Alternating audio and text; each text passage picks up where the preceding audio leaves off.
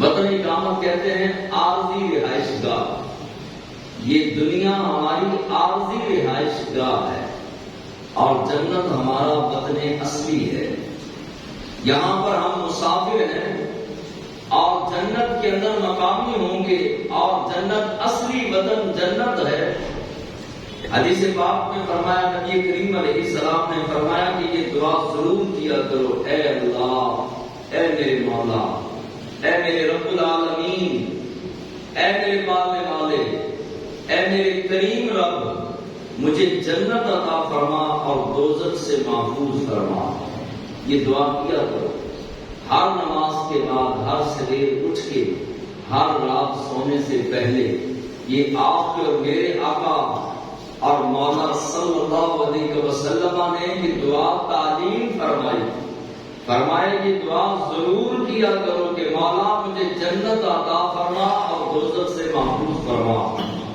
جنت کو طلب کرنا مومن کا کام ہے، مومن کا عمل ہے، مومن کا کام ہے کہ وہ جنت کو طلب کرتا رہے، کیونکہ جنت میں اللہ کا دیدار کرایا جائے گا. سبحان اللہ.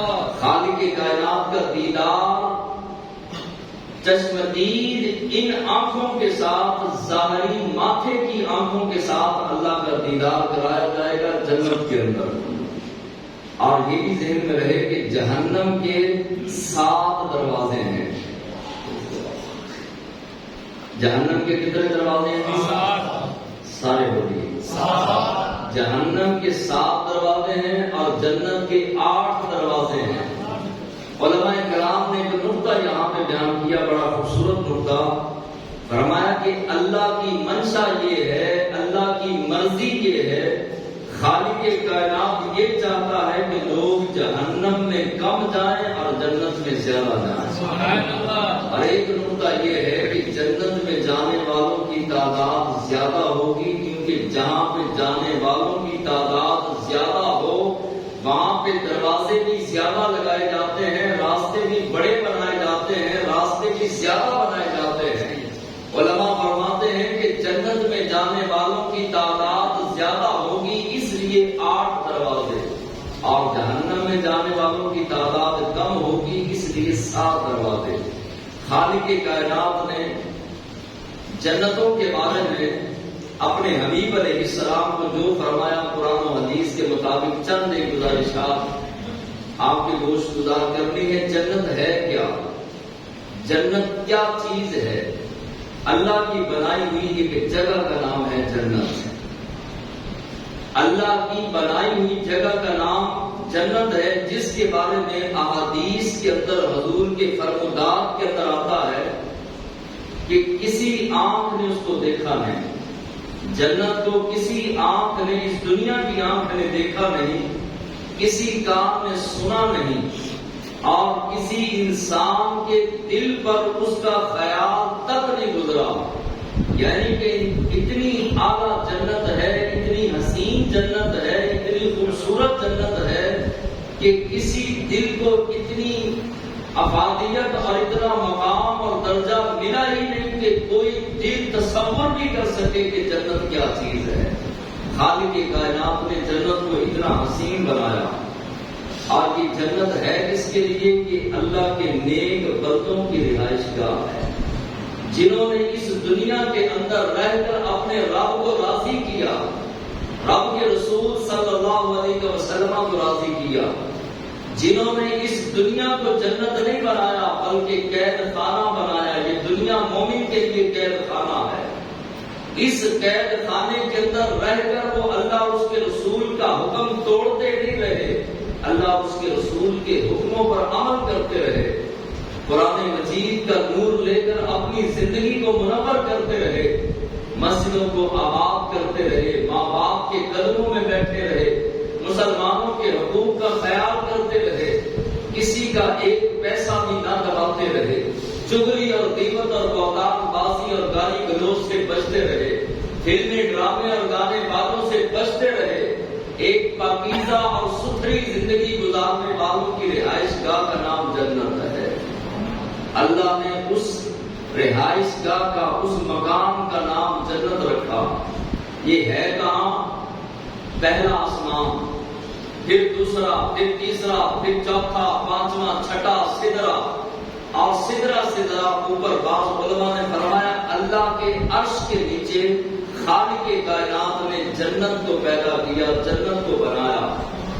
اب اللہ کا عرش جنت کی چھت ہے اور چھت کے نیچے جنت ہے، اور یہ جنت خالق کائنات نے اتنی بڑی بنائی ہے کہ جنت میں ایک مومن کو اللہ کے حبیب علیہ السلام نے فرمایا 2 محل ملیں گے جنت کے اندر۔ عام مومن کو، اللہ کے ولیوں کی بات نہیں، یہ میں بھی داتا علی حجویری کی بات نہیں بتا رہا، غوث پاک کی بات نہیں بتا رہا، معین الدین چشتی اجمیری کی بات، صحابہ کی بات نہیں بتا رہا، یہ آپ کی بات بتا رہا۔ سبحان اللہ۔ عام مومن، عالم کی بات بھی نہیں، محدث کی بات بھی نہیں، مفتی کی بات بھی نہیں، عام مومن کو اللہ 2 مال ایسے عطا فرمائے گا کہ جس کی لمبائی اور چوڑائی مشرق سے لے کر مغرب تک، شمال سے لے کر جنوب تک ہوگی، 1 محل کی لمبائی چوڑائی، اور اسی طرح کے 2 محل ایک مومن کو عطا فرمایا۔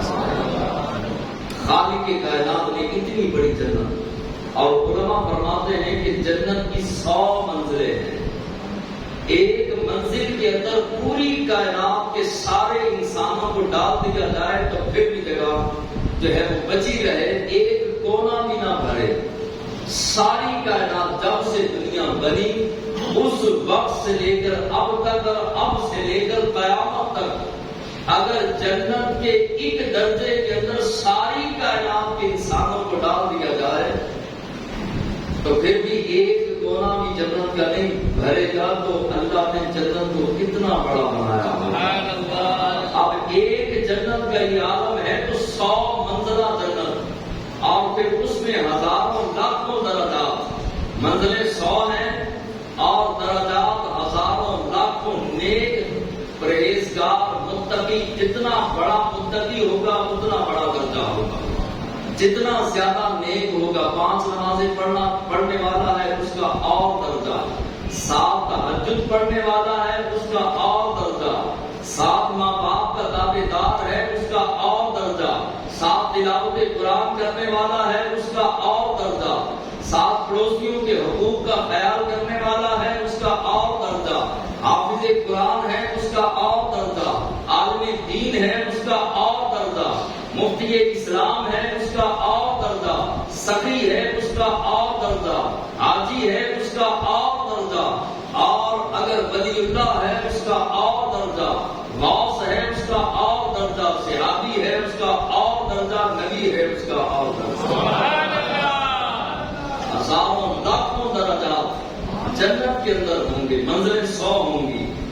نبی کریم علیہ السلام نے فرمایا کہ قیامت کے دن جنتیوں کی 120 صفیں بنیں گی۔ اب صف کتنی بڑی ہوگی؟ 120 صفیں بنیں گی جنتیوں کی، اور حضور فرماتے ہیں کہ 80 صفیں میری امت کی بنیں گی۔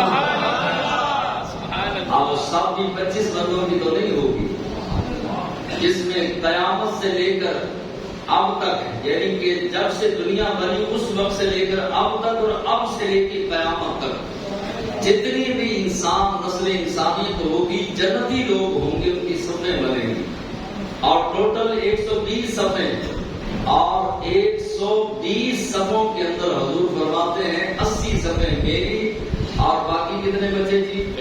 40 صفیں 1 لاکھ کم و بیش 24,000 انبیاء کرام کی امتوں کی ہوں گی، صرف ان کی 40 صفیں، اور حضور علیہ السلام کی امت کی 80 صفیں۔ اور نبی کریم علیہ السلام نے فرمایا کہ قیامت کے دن رب کے سامنے میں ان 80 صفوں پر ناز کروں گا، مان کروں گا، اللہ کی رحمت پر جو ہے وہ یقین کے ساتھ اللہ کی رحمت پہ ناز کرتے ہوئے رب کے سامنے فخر کروں گا۔ جنتی جب جنت میں داخل ہوں گے تو خالق کائنات پہلی دعوت، جنتیوں کی جو پہلی دعوت ہوگی وہ مچھلی کے کباب سے کی جائے۔ اس لیے جو ہے وہ بزرگان دین فرماتے ہیں کہ مچھلی کے کباب یہ جنتیوں کی پہلی دعوت ہے۔ اگر دنیا میں کوئی کمزور ہو جائے، پٹھوں کا عارضہ ہو، یا کہ اس کو کمزوری لاحق ہو تو دنیا کے اندر مچھلی کھائے، خالق کائنات اس کی کمزوری کو فرما دے گا۔ اب جو ہے وہ پہلی دعوت کس پر ہوگی؟ علماء فرماتے ہیں کہ مچھلی کے کباب کہاں رکھے جائیں گے؟ سونے کے دسترخوان پہ رکھے جائیں گے، اور خالق کائنات پہلی مرتبہ جنتیوں سے کلام فرمائے گا اور فرمائے گا کہ اے لوگو، اے جنتیوں، اے مومنین، اے پرہیزگاروں، اے تقوی والوں، اے نمازیوں، اے اپنے ماں باپ کے تابع داروں، اے میرے حکموں پر عمل کرنے والوں، اے قرآن کو سینے کے ساتھ لگانے والوں، قرآن کی گھر میں بھی تلاوت کرنے والوں، اے دنیا کو اپنا دائمی ٹھکانہ نہ سمجھنے والوں، اے قبر کی تیاری کرنے والوں، اے آخرت کی تیاری کرنے والوں، اے جنتیوں، اے مومنوں، اے صبر کرنے والوں، اے مصیبت پر جو ہے وہ صبر و شکر کا دامن نہ چھوڑنے والوں، آج تمہارا رب براہ راست تم سے کلام فرما رہا ہے۔ سبحان اللہ۔ اب کھاؤ اللہ تبارک و تعالیٰ کی نعمتیں اور پیو اللہ کی نعمتیں، اور اس مقام میں رہو جس مقام کو کبھی زوال نہیں آئے گا۔ دنیا کا ہر محل کھنڈر بن جائے گا، دنیا کا ہر مقام صفحہ ہستی سے مٹ جائے گا۔ جنت آج بھی قائم ہے، قیامت والے دن بھی قائم ہوگی اور ہمیشہ ہمیشہ کے لیے قائم رہے گی۔ خالق کائنات جنت میں کلام فرماتے ہوئے جنتیوں سے فرمائے گا، تم اس مقام کے اندر داخل کر دیے گئے ہو جس کو فنا نہیں ہے، یہاں پر خوشیاں ہی خوشیاں ہیں، نعمتیں ہی نعمتیں ہیں، فضل ہی فضل ہے۔ جنتی جب جنت میں داخل ہوں گے تو ہر جنتی کا اپنا مقام ہوگا۔